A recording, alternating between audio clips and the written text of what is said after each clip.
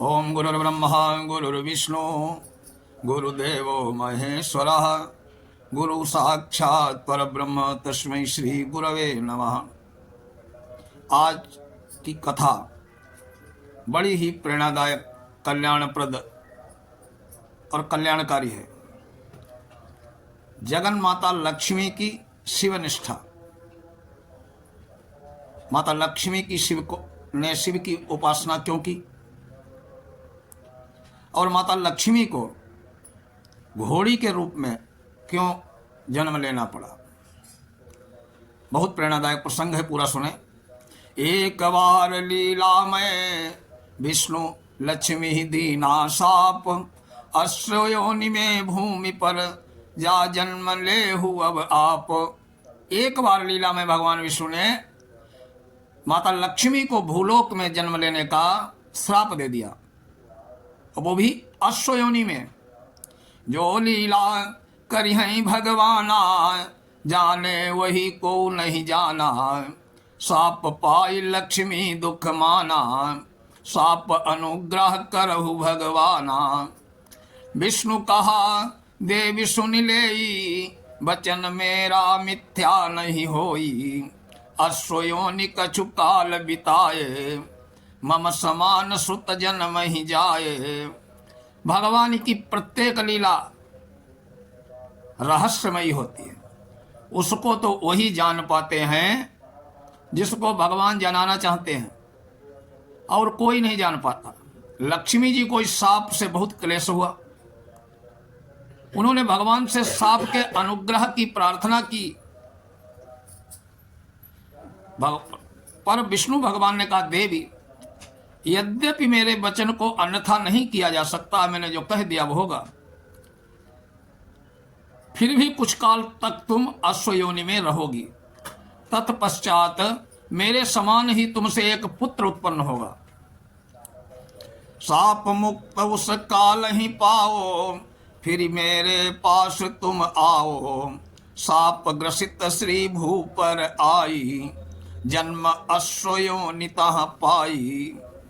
भगवान कहने लगे देवी, सांप मुक्त आपको कुछ काल में हो जाएंगी, फिर मेरे बाप पास आ जाना। इसके लिए सांप ग्रसित होकर के तुमको पृथ्वी पर जाना होगा। पृथ्वी पर जाओ और वहां तुम्हें अश्व योनि घोड़ी का शरीर मिलेगा।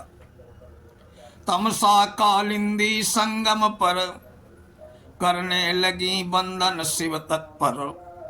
अनन्य भाव त्रिलोचन ध्याही, सहस्र वर्ष रही मन लाई। तमसा नदी कालिंदी के परम संगम पर भगवती भगवान भोलेनाथ का आराधन करने लगी। 1000 वर्ष तक भगवती माता लक्ष्मी उस घोड़ी के रूप में भगवान भोलेनाथ का वंदना अर्चना और पूजन करती रही। उस समय इस सांप से बोले कि दिव्य 1000 वर्ष तक माता ने तपस्या की। ते ही तपते प्रसन्न हर भयऊ, उमा सहित दर्शन तब दयऊ। कहा देवी तुम जग की माता, विष्णु प्रिया जगत विख्याता। उसकी भगवती माता लक्ष्मी की तपस्या से प्रसन्न होकर भगवान भोलेनाथ ने माता पार्वती के साथ जाकर के माता लक्ष्मी को दर्शन दिए। भगवान भोलेनाथ कहने लगे देवी, तुम तो जगत की माता हो, विष्णु प्रिया हो, और विष्णु प्रिया के रूप में ही संसार में विख्यात हो। मुक्ति भुक्ति दाता हरि, स्वामी सचराचर जगत। आराधे ते छोड़कर तुम मोको रही क्यों भजत। बोले भुक्ति और मुक्ति के दाता तो नारायण हैं, वही सचराचर जगत के स्वामी हैं, और आप उनको छोड़कर मेरा भजन कर रही हैं, मेरी तपस्या कर रही हैं। ये बड़ी आश्चर्यजनक बात है। नारी धर्म पति पद पूजा, वेद कथन नहीं अन्य नहीं दूजा। कैसा भी पति पावै नारी, वही देव मन मति चित पारी। मति चित धारी पुरुषोत्तम भगवान नारायण, क्यों तुम अन्य ही भई परायण। बोले वेदों का कथन है स्त्रियों को सर्वदा अपने पति की ही उत्तम उपासना करनी चाहिए। यदि पति पदों की पूजा ही स्त्री का परम धर्म है, पति कैसा भी हो उसके लिए पति के अतिरिक्त और कोई देवता ही नहीं है, वही स्त्री का आराध्य देव होता है। भगवान नारायण तो पुरुषोत्तम है। ऐसे देवेश्वर पति की उपासना छोड़कर आप मेरी उपासना क्यों कर रही हैं? वेदोक्तम वचनम कार्यम नारीणाम देवतापति नास्मिन् सर्वथा भावा कर्तव्या कर्चित कुचिद पति शुश्रूषणम स्त्रीणाम धर्मेव सनातनः यादृशस्ता दृशः सेव्या सर्वदा शुभ काम्या। देवी भागवत। लक्ष्मी भगवान कहने लगे, हे लक्ष्मी,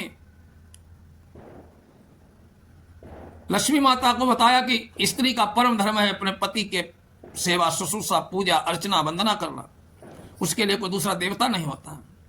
तब माता लक्ष्मी ने कहा कि हे आशुतोष, मेरे पतिदेव ने मुझे अश्व योनि में जन्म लेने का शाप दिया है।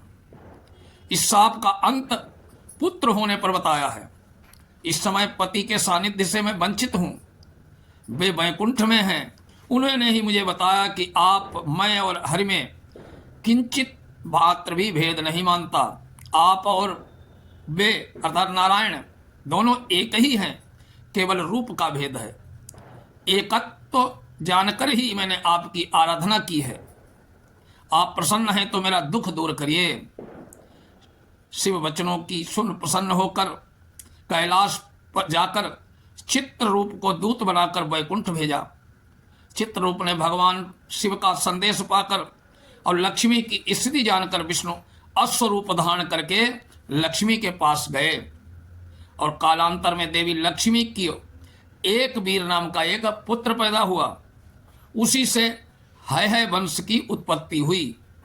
उसके अनंतर लक्ष्मी के शाप की निवृत्ति हो गई और वे दिव्य रूप धारण कर भगवान के साथ वैकुंठ पधार गईं।